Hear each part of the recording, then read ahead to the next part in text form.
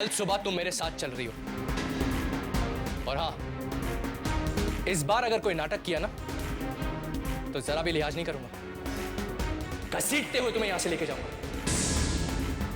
And I am serious, very serious, समझी तुम?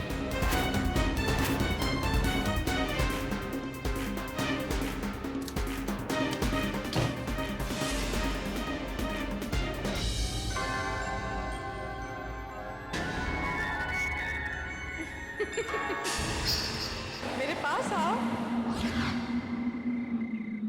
आओ ना चैतन्य।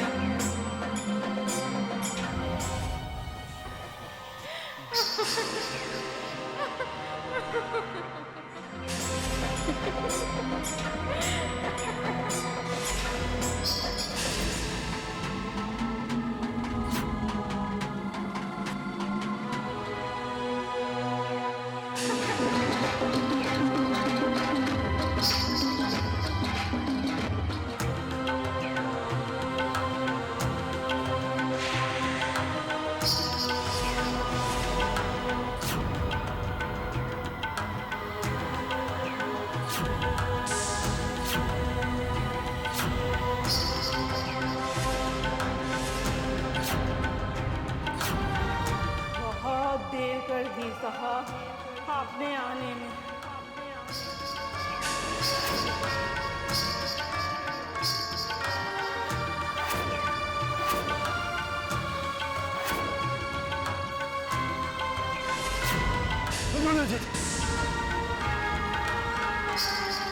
चैतन्य, बेटे क्या हुआ बेटे? हाँ कहो, कहो बेटे क्या हुआ? हाँ बोल बेटे। हाँ मुझे अदिति दिखाई देती है।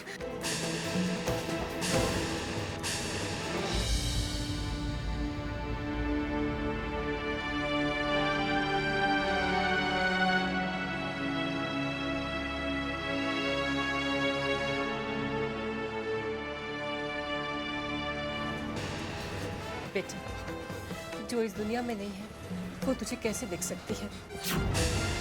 अदिति मर गई है बेटे। मैं उसे हमेशा देखता हूँ, मैं देखता हूँ। और अभी अभी अभी आपने उसे देखा नहीं? वो यहाँ आई थी, अभी आई थी। वो हमेशा आती है, वो यहाँ आई थी। नहीं बेटे, तुझे अदिति नहीं देख सकती। बार बार दिखाई देती। शायद मुझसे बहुत नाराज है। मैंने उसे बुला दिया ना, मैंने उसे बुला दिया ना। चैतन्य, मेरी बात सुन बेटे। अदिति तेरा अतीत है, वो गुजर चुकी है। अनुपमा तेरा आज है। तेरी जिंदगी भर की खुशियां अब अनुपमा के साथ जुड़ी है।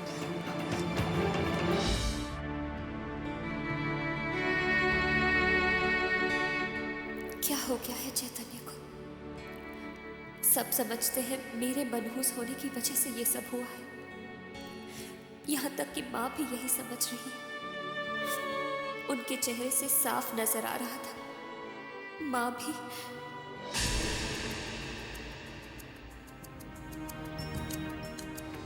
आप जानते हैं कि आपकी बड़ी बहू अपशगुनी है, लेकिन आप हमारी बात मानने को तैयार ही नहीं है। एक्चुअली चैतन्य भाई साहब की जो हालत है ना, उसकी वजह और कोई नहीं, बल्कि आपकी अपनी अपशगुनी बहू अनुपमा है। चैतन्य यहीं रहेगा मेरे पास, इसी कमरे में। हे भगवान, माँ भले मुझे मनहूस मानने लगे, पर चैतन्य को ठीक कर दो, उसे कुछ ना हो। तुझे तो अपनी पूरी जिंदगी अब खुशी खुशी गुजारनी है अनुपमा के साथ। अदिति तेरी पत्नी थी, लेकिन अब वो मर चुकी है। तेरी पहली पत्नी मर चुकी है। चैतन्य, ये तेरे दिमाग का भ्रम है बेटे, सिर्फ एक भ्रम है। मैंने देखा। मेरी बात का यकीन कर। ठहर, मैं तुझे कुछ दिखाती हूँ। ठहरो।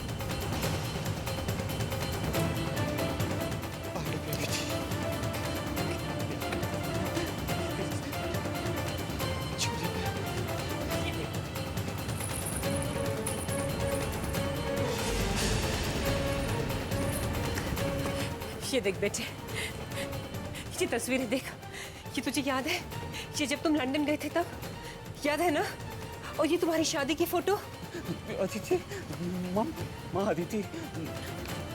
और तुझे याद है ये सारे लेटर्स?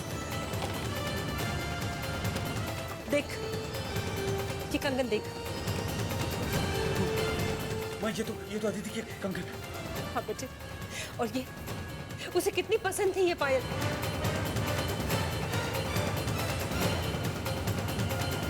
और ये उसका मंगलसूत्र, और ये वो अंगूठी जिसे पहनाकर तूने उससे शादी की थी, है ना? ये सारी चीजें पुलिस ने हमें उसके बदन से उतार के दी थी जब वो गुजर गई था। अदिति कहाँ है अदिति? माँ अदिति गुजर गई है चैतन्य, वो गुजर गई है, वो अब इस दुनिया में नहीं है, वो तुझे नहीं देख सकती बेटे, वो गुजर गई। ये अदिति की सारी चीजें उसके गुजरने के बाद तूने मुझे दे दी थी।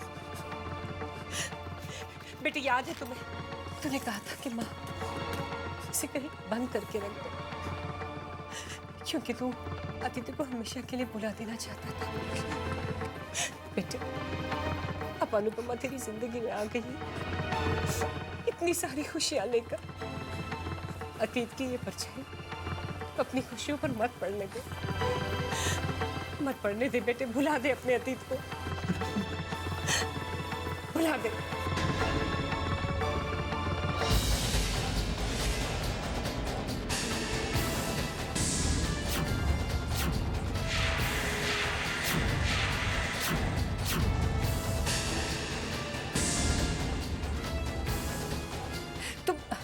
तुम यहाँ क्या कर रही हो?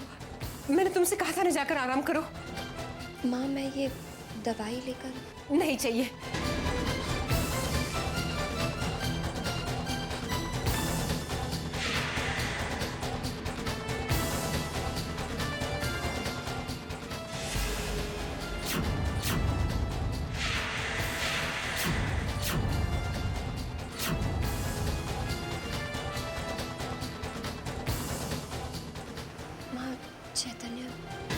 चैतन्य बिल्कुल ठीक है, तुम एक काम करो, उसके लिए गरम गरम सूप लेकर आओ। सूप?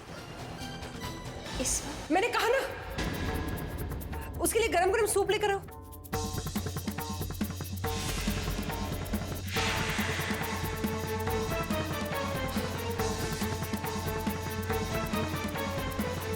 जाओ सूप लेकर आओ चैतन्य के लिए।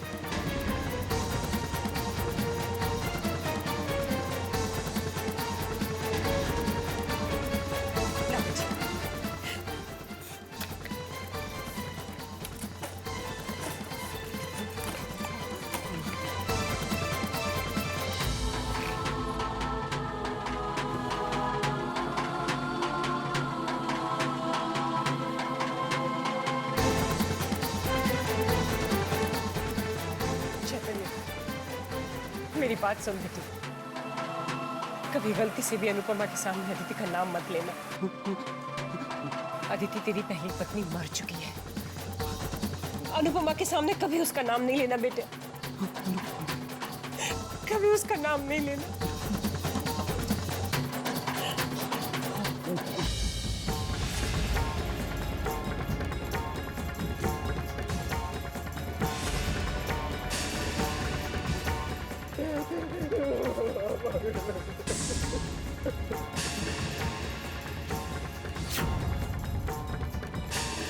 क्या बात है?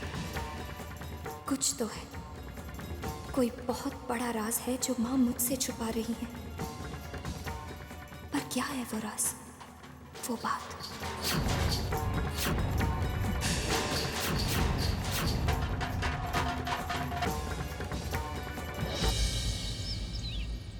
शारदा जी, भगवान करे चैतन्य बेटा जल्दी से ठीक हो जाए।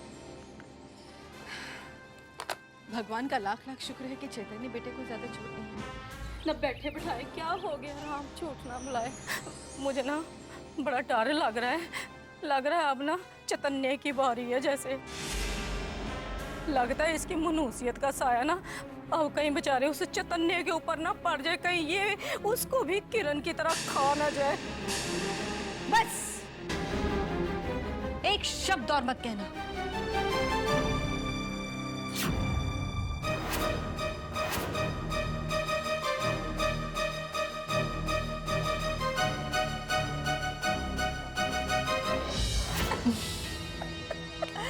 माया पुत्र, गुड जॉब।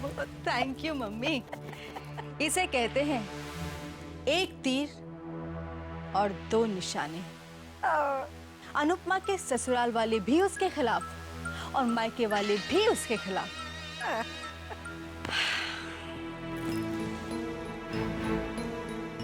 अनुपमा को जिंदगी भर दुखी रखने की जो मैंने कसम खाई थी, लगता है बहुत जल्द पूरी होने वाली है।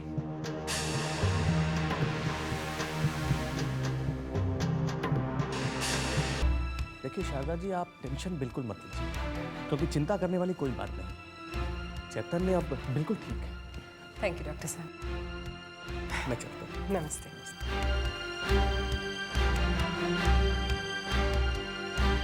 लच्छी, लच्छी, चैतन्य के फ्रेश कपड़े लेके जरा मेरे कमरे में आओ तो।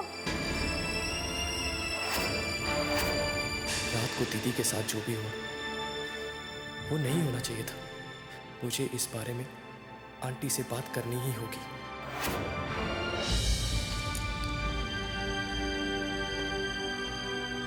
आप जल्दी से ठीक हो जाइए, फिर मैं आपकी मनपसंद की चीज़ें बनाऊंगी, जो भी आप कहेंगे।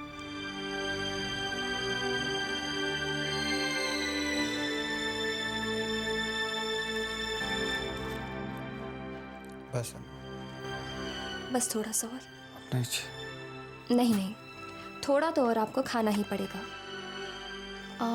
बस 2 चम्मच और, मेरी खातिर प्लीज।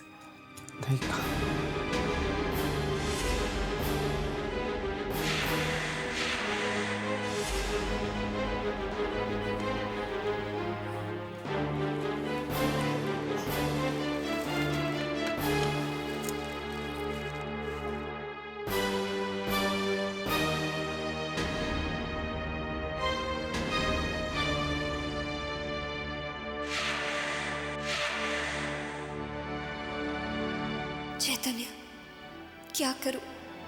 कुछ बताओगे नहीं तो मैं आपकी परेशानी कैसे समझ पाऊंगी? आप तो मुझे अपने दिल की हर बात बताते थे, तो आप क्या छुपा रहे हैं? प्लीज, आपका दर्द मेरा भी दर्द है चैतन्य।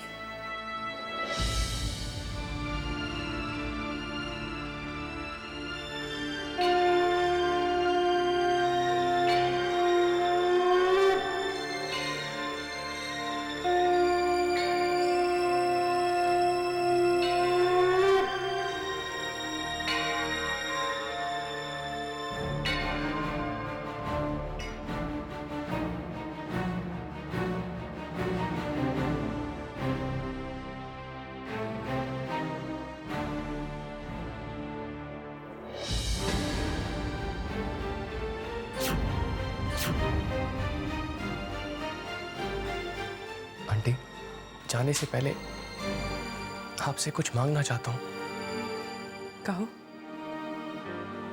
आंटी, अनुपमा दीदी की किस्मत बहुत अच्छी है कि उन्हें आपके घर की बहू बनने का सौभाग्य मिला। आप जैसी सास, चैतन्य जीजू जैसे पति। मैंने अपनी दीदी के लिए हमेशा इन खुशियों की दुआ की थी। और आंटी, भगवान से एक दुआ और मांगा करता था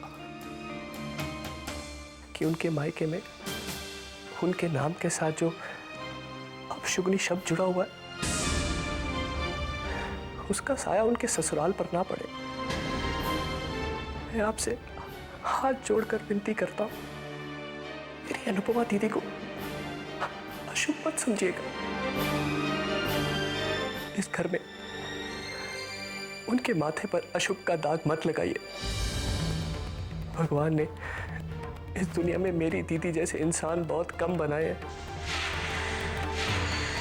लोग मेरी दीदी के बारे में क्या कहते हैं, क्या सोचते हैं, इससे मुझे कोई फर्क नहीं पड़ता, लेकिन प्लीज आप और चैतन्य जीजू मेरी दीदी को अशुभ मत समझिए, उन्हें अपशुगनी मत समझिएगा आंटी, प्लीज प्लीज आंटी। मेरा विश्वास करो वीर, मैं तो इन बातों में यकीन ही नहीं करती। तो फिर आप में और अनुपमा दीदी में ये तनाव, दीदी में ये तनाव, उसकी वजह कुछ और है। क्या वजह है आंटी? मैं भी चैतन्य को अनुपमा से दूर नहीं रखना चाहती, पर मजबूर हूँ।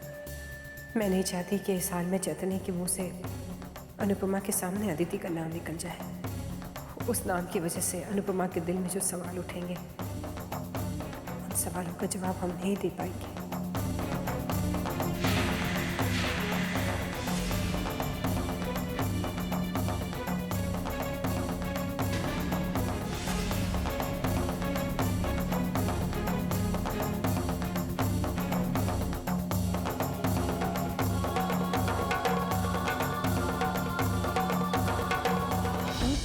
निकालने की जिद पकड़ कर बैठा है। अब मैं चाहे कोई भी बहाना कर लूं, वो मुझे अपने साथ लेकर ही जाएगा। वो जानता है कि मोम और मैं मिलकर अनुपमा की खुशियों में आग लगा रहे हैं, इसलिए अब वो मुझे इस घर से बाहर निकाल कर रहेगा। और अगर मैं उसके साथ नहीं गई ना, तो पता नहीं वो क्या कर देगा। मेरा तो उस घर में रुकने का सवाल ही नहीं पैदा होता। रिदमा, जब किस्मत हमारा साथ देने लगी तो तुम जाने की बात कर रही हो। एक्चुअली चैतन्य का एक्सीडेंट तो हमारे लिए वरदान साबित हुआ है। वैसे किसी ने बिल्कुल ठीक कहा है कि माँ की ममता जब अपने बच्चे को तकलीफ में देखती है तो उसका दिल रो उठता है। मासा का रोता हुआ दिल भी कहीं ना कहीं अनुपमा को मनहूस तो मानता ही है। और ऐसी हालत में तुम जाने की बात कर रही हो। लेकिन अब मैं क्या करूं? वीर की जिद के आगे मेरी एक नहीं चलने वाली। पद्मिनी,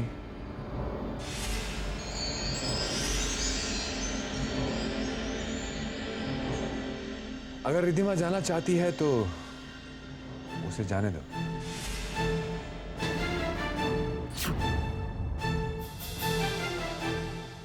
क्योंकि माया जी और रिद्धिमा ने शतरंज की बिसात तो बिछा ही दी है। अब मोहरे कब और कौन से चलने हैं ये हम तय करेंगे। बात तो बिल्कुल सही। रिदमा, जाते जाते तुम एक खेल नहीं खेलना चाहोगे जिसमें तुम्हारी अनुपमा दीदी मासा की नजरों में इतनी बुरी तरह से गिर जाएगी कि फिर मासा की नजरों में उठने के काबिल नहीं रहेगी। इसे कहते हैं खेल खेल। चित भी मेरी और पट भी। अब देखना हम अनुपमा के साथ क्या करते हैं।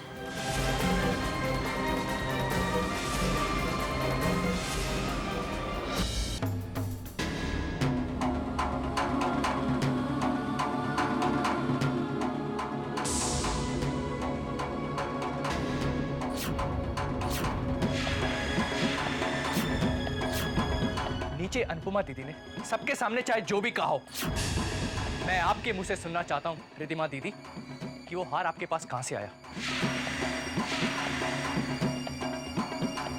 जवाब दीजिए, जवाब दीजिए रिद्धिमा दीदी। कहीं ऐसा ना हो कि मैं ये भूल जाऊं कि आप मेरी बड़ी बहन हैं। चोरी की थी ना आपने? क्यों की थी चोरी? किसी भूखे नंगे घर से नहीं है आप, खाते पीते घर की बेटी हैं आप। मुझे पता है इस चोरी के पीछे आपका क्या इरादा था। अनुपमा दीदी की खुशियों में आग लगाना चाहती थी ना आप। लगा ली? अनुपमा दीदी भी न जाने किस मिट्टी की बनी है, चुपचाप सब कुछ सहन करती है। अरे मेरा बस चले तो अनुपमा दीदी को आंसू देने वालों का मैं वो हाल करूं। वीर,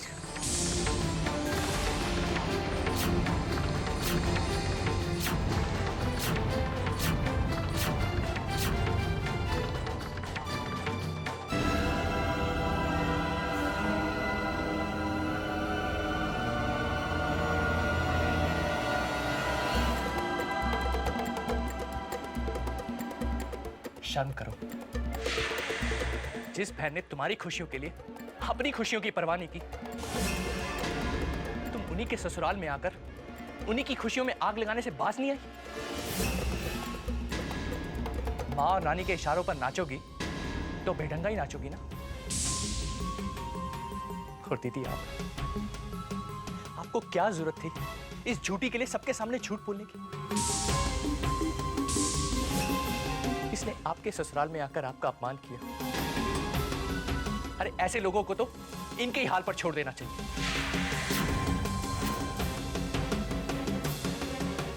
दीदी, मैं दावे के साथ कह सकता हूं कि वो हार आपने इसे नहीं दिया, इसने चोरी ही किया था। बोलिए दीदी, ठीक कह रहा हूं ना मैं? जवाब दीजिए दीदी। वीर, चोरी तो हुई ही है ना, फिर इल्जाम चाहे रिद्धिमा पर लगे या मुझ पर, क्या फर्क पड़ता है? और फिर वो तो इस घर में आई हुई मेहमान है, तो उस पर इल्जाम क्यों लगे?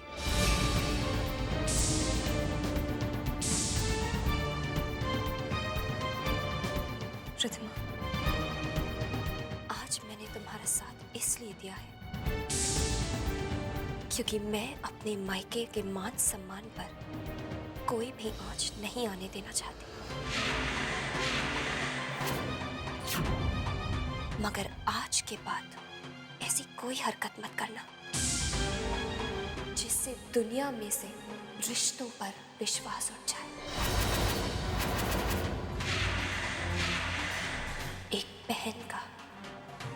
एक बहन पर से विश्वास उठ जाए। वीर, ले जाओ इसे यहां से।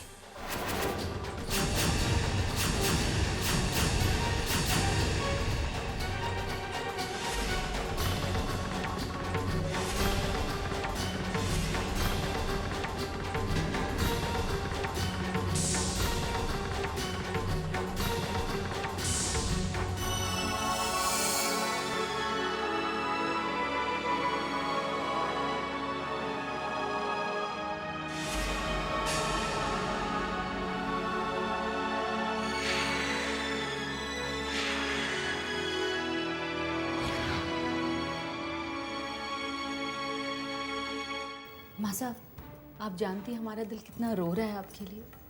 कितना विश्वास था ना आपको भाभी साहब पर। बड़ी बहू कहकर आपका मुंह नहीं थकता था। अगर उनके पियर वालों को पैसों की जरूरत थी तो वो आपसे मांग लेती, आप मना थोड़ी ना करती। सब जानती है कि आपका कितना बड़ा दिल है। अगर वो अपनी बहन को कुछ देना चाहती थी तो दे देती, लेकिन ये खानदानी हाल, हमें समझ में नहीं आता कि भाभी साहब में इतनी हिम्मत कहां से आई। माँ साहब, हम जानते हैं कि इस हार का क्या महत्व है आपके लिए, हमारे खानदान के लिए। आखिर ये हमारे खानदान की इज्जत है ना। लेकिन भाभी साहब ने एक बार भी नहीं सोचा, एक पल के लिए भी नहीं सोचा। माँ साहब किस मिट्टी की बनी हुई है? इतनी बड़ी बात हो गई और अब फिर भी चुप है। माँ साहब, अगर हम आपकी जगह होते ना तो इस अपमान को कभी बर्दाश्त नहीं करते।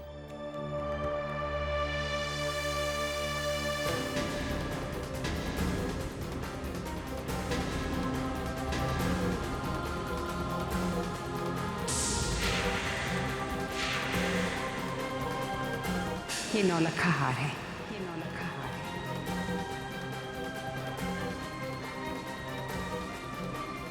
बेटी, ये हार हमारा खानदानी हार है। मेरी सास ने मुझे दिया था। और आज मैं तुम्हें अपनी बड़ी बहू को दे रही हूँ।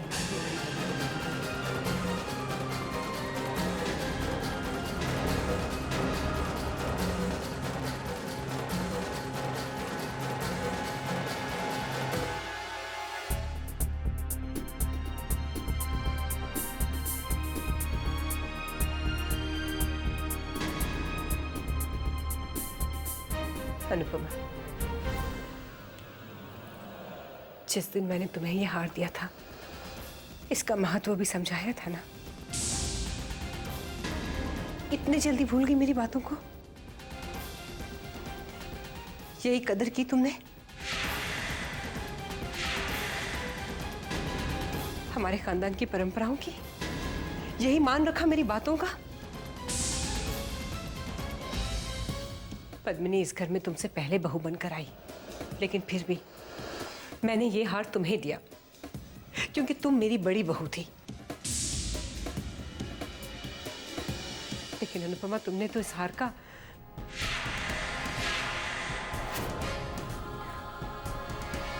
जब जब मैंने तुम पे विश्वास किया है तब तब तुमने मेरा विश्वास तोड़ दिया है अनुपमा। अब मुझे बताओ, मैं क्या जवाब दूं पद्मिनी को? कैसे सामना करूं मैं उसकी बातों का? तुमने तो मेरा विश्वास ही तोड़ दिया। मेरी भावनाओं को ठेस पहुंचाई है तुमने। मेरे प्यार की, मेरे आशीर्वाद की कोई कदर नहीं की तुमने। अफसोस तो ये है कि तुमने इस हार को सिर्फ एक गहना समझा, लेकिन इस हार के साथ हमारे खानदान की क्या परंपराएं जुड़ी हुई हैं, हमारी क्या भावनाएं जुड़ी हुई हैं, ये तुमने समझने की कोशिश भी नहीं की। जब मेरी बड़ी बहू को इस खानदान की परंपराओं की परवाह ही नहीं है, मेरे प्यार, मेरे आशीर्वाद का कोई मान ही नहीं है, तो फिर मैं भी एक फैसला करती हूं। आज से ये हार मैं तुमसे वापस लेती हूं अनुपमा।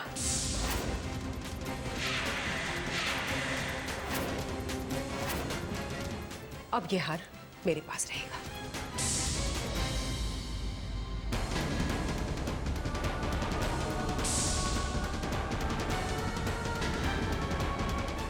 एक बात और अनुपमा, आज जो कुछ भी हुआ उसके बारे में चैतन्य को कुछ पता ना चले। मेरा बेटा ये सह नहीं सकेगा।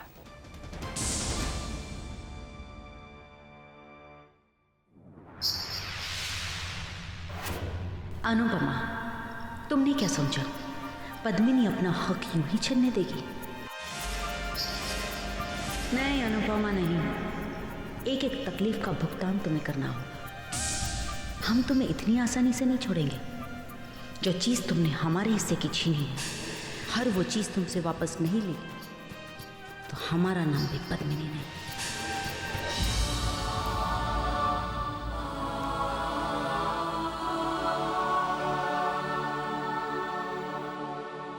माँ इसे कहते हैं तेज दिमाग। हम यहाँ पर अनुपमा से इतनी दूर बैठे हैं, मगर उसकी जिंदगी को हराम करने में हमने कोई कसर नहीं छोड़ी। अरे हम यहाँ पर है तो क्या हुआ, उधर वो है ना इंद्रजीत, पद्मिनी और अपनी रिद्धिमा, हाँ, उसकी जिंदगी में आग लगाने के लिए। पर माया पुत्र, अच्छा ऐसा कर और रिद्धिमा को फोन तो लगा। कोई जरूरत नहीं है किसी को फोन करने की।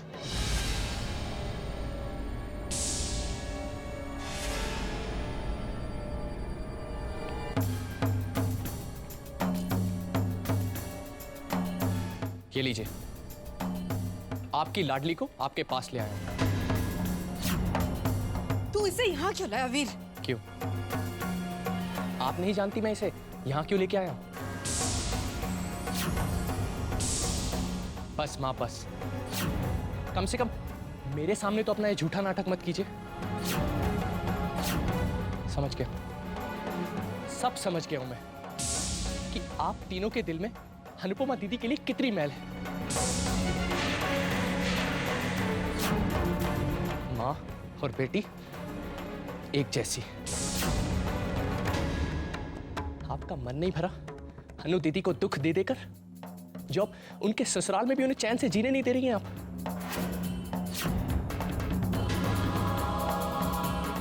आपके आगे हाथ जोड़ता हूं माँ, भगवान से डरिए, इतने पाप भी मत कीजिए।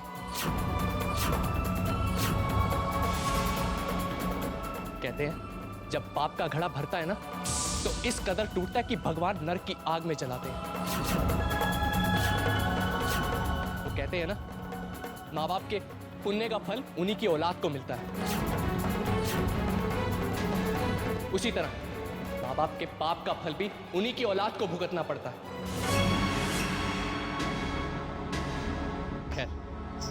अनु दीदी को तो कभी आपने अपना समझा ही नहीं, लेकिन मैं और रिद्धिमा तो आपकी अपनी औलाद है।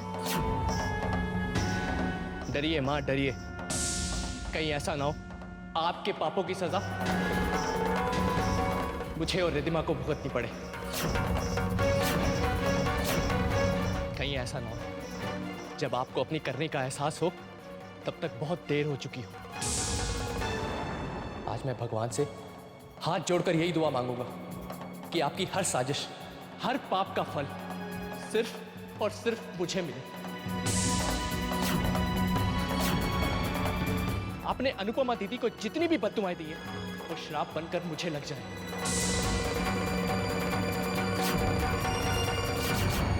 शायद अपनी औलाद का दर्द देखकर आपके भी दिल में दर्द हो, एहसास हो आपको अपनी गलतियों का। शायद दर्द में बेहाल होकर आपके दिल से अनु दीदी के लिए बददुआएं नहीं, आशीर्वाद निकल आए।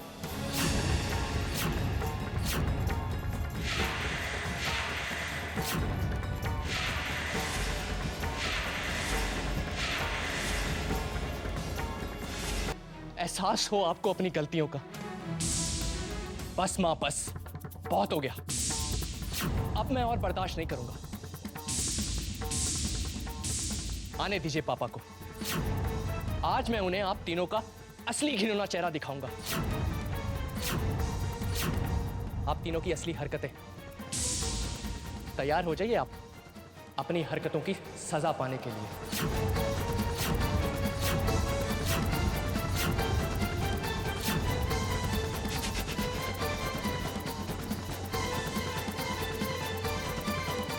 राम राम राम।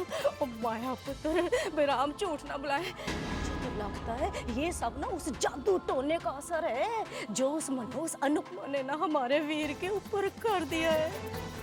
राम झूठ ना बुलाए माया पुत्र। अब तो मुझे ये डर लगने लगा है कि कहीं इस जादू टोने का असर तेरी माया पर ना पड़ जाए। कुछ कर वरना हम सब का राम नाम साथ हो जाना है। राम राम राम।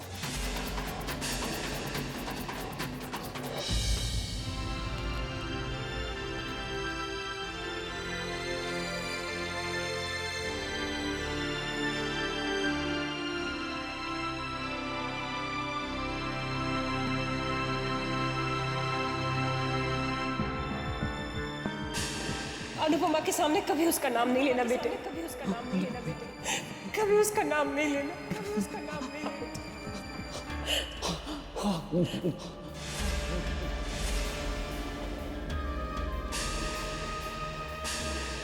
देखा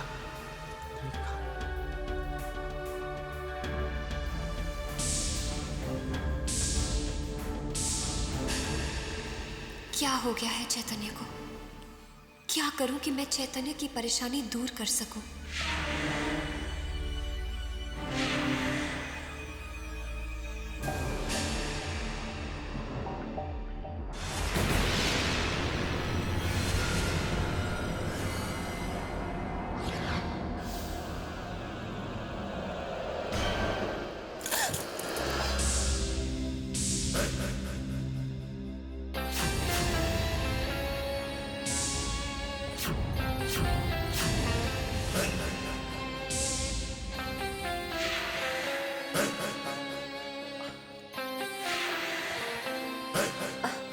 इजी इजी इजी।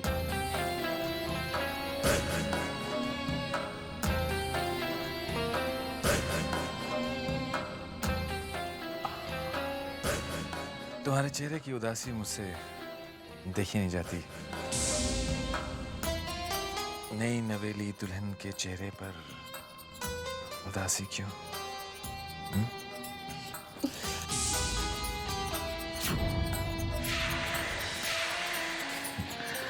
जाने दीजिए। देखो, दिन रात चैतन्य की चिंता करते करते तुमने अपने साथ क्या कर लिया? कितना बुझा बुझा सा हो गया तुम्हारा चेहरा।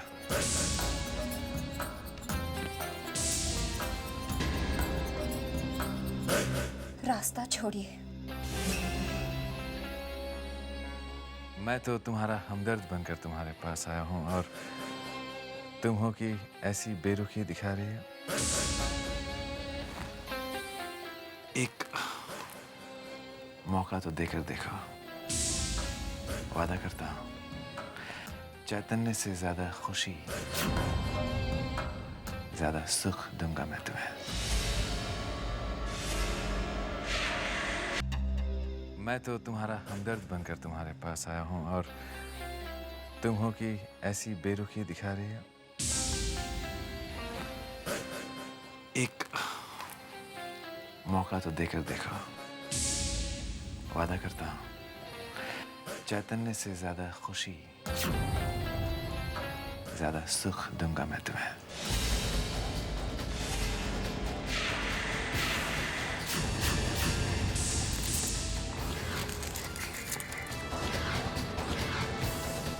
मैं तुम्हारे पास आने की कोशिश कर रहा हूं और तुम हो कि दूर जाना चाहती हो। सुनो सुनो सुनो सुनो सुनो सुनो। दरअसल बात यह है कि तुम अच्छी लगने लगी हो मुझे, और इंद्रजीत को जो चीज अच्छी लग जाती है, इंद्रजीत उसे पाकर रहता है।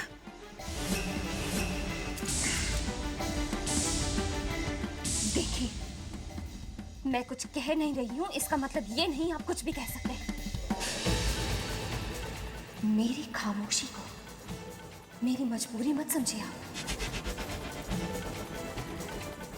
मेरे पति की तबीयत ठीक नहीं है, इसीलिए मैं कुछ कह नहीं रही हूँ। वरना मैं वरना वरना वरना आप अपने पति को बता देंगी? हाँ, बता दो बता दो। बस एक छोटी सी बात का ख्याल रखना। देखो, चैतन्य की तबीयत ठीक नहीं है, जानती हो ना। कहीं ऐसा ना हो कि तुम्हारी बातों को सुनकर उसकी तबीयत और कहीं ना बिगड़ जाए। मतलब कहीं ऐसा ना हो कि उसके दिल की धड़कनें रुक जाएं। अगर ऐसा हो भी गया तो कोई बात नहीं, मैं हूं ना। तुम्हारी हर जरूरत, हर सुख का पूरा पूरा ख्याल रखूंगा।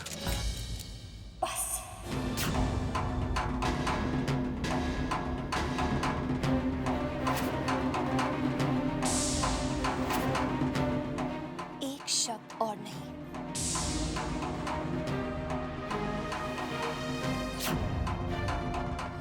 वरना ऐसा ना हो कि आज मेरा हाथ उठ जाए।